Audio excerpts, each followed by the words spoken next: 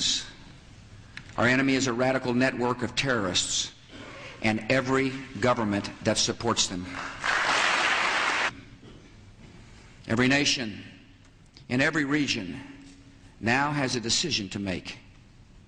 Either you are with us or you are with the terrorists.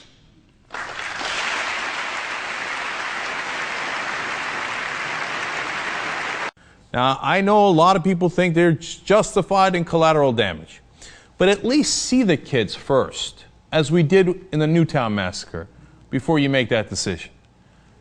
Now, Brave New Foundation went and talked to people on the ground where these drone strikes happen.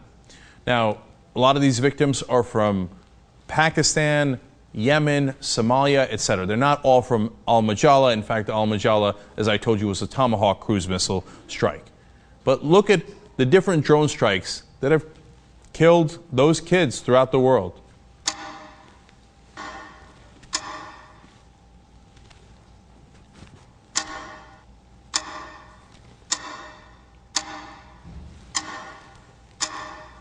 Mayazal Khan, 3 years old, South Waziristan, January 23, 2007.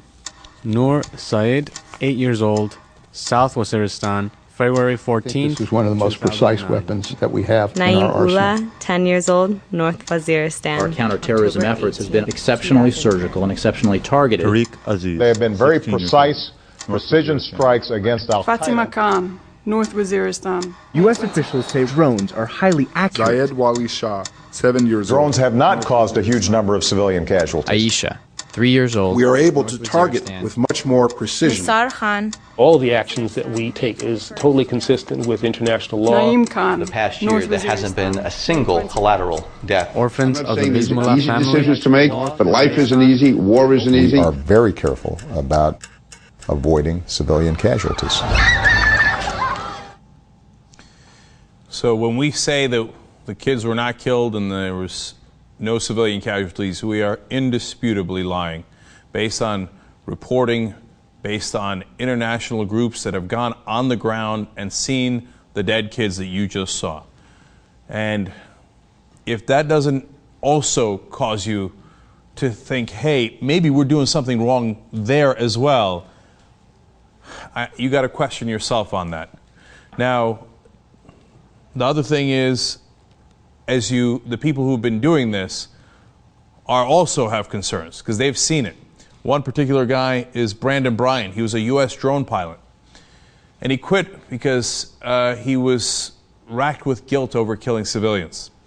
Now, the U.S. media, of course, has not covered that story almost at all. Der Spiegel in Germany did. They talked to him. And here's how he explains one particular instance. They say Bryant and his co-workers sat in front of 14 computer monitors and 4 keyboards. When Bryant pressed the button in New Mexico, someone died on the other side of the world. He remembers one incident very clearly when a Predator drone was circling in a figure-8 pattern in the sky above Afghanistan. Now, the article explains there was a countdown, and Bryant's job was to focus the laser on where the drone was going to go, and the guy sitting next to him pushes the button. But he can move the laser, and if he does, the bomb goes elsewhere. And there's a countdown happening, and he's seeing it go to 17 seconds, and then eventually, as you're about to see, 7 seconds. And he's thinking, God, I don't know who's in there. I hope they got the right information. And the Der Spiegel picks it up from there. With 7 seconds left to go, there was no one to be seen on the ground. Bryant could still have diverted the missile at that point. Then it was down to 3 seconds. Bryant felt as if he had to count each individual pixel on the monitor. Suddenly, a child walked around the corner, he says. The story then continues. Second 0 was the moment in which Bryant's digital world collided with the real one in a village between Baghlan and Mazar-e-Sharif. Bryant saw a flash on the screen, the explosion. Parts of the building collapsed. The child had disappeared. Bryant had a sick feeling in his stomach. Remember, this is one of our drone pilots. And he says, "Did we just kill a kid?" He asked the man sitting next to him. And the man who pushed the button says, "Yeah, I guess that was a kid," the pilot replied. So they asked, was that a kid? They wrote in a chat window on the monitor. Herr Spiegel continues. Then someone they didn't know answered. Someone sitting in a military command center somewhere in the world who had observed their attack. No, that was a dog, the person wrote. They went back and they reviewed the scene on the video. They said, a dog on 2 legs? So when they tell you we don't kill civilians, and you know they're lying, because recently they reclassified every military-aged male, and by the way, they're now including children in that too, we did that story as well, as young as 8 years old. They're saying, by definition, they are now all considered militants. If we kill them, you have to prove that they were innocent. Otherwise, we assume they were militants. Now, if they did that to our kids, what would we think? Look at what happened in Newtown and how devastated we were. Now, how devastated do you think Pakistan is? How devastated do you think Yemen is? And all these places where we're doing drone strike after drone strike. And then, add insult to injury, we called our kids dogs because we couldn't possibly make a mistake.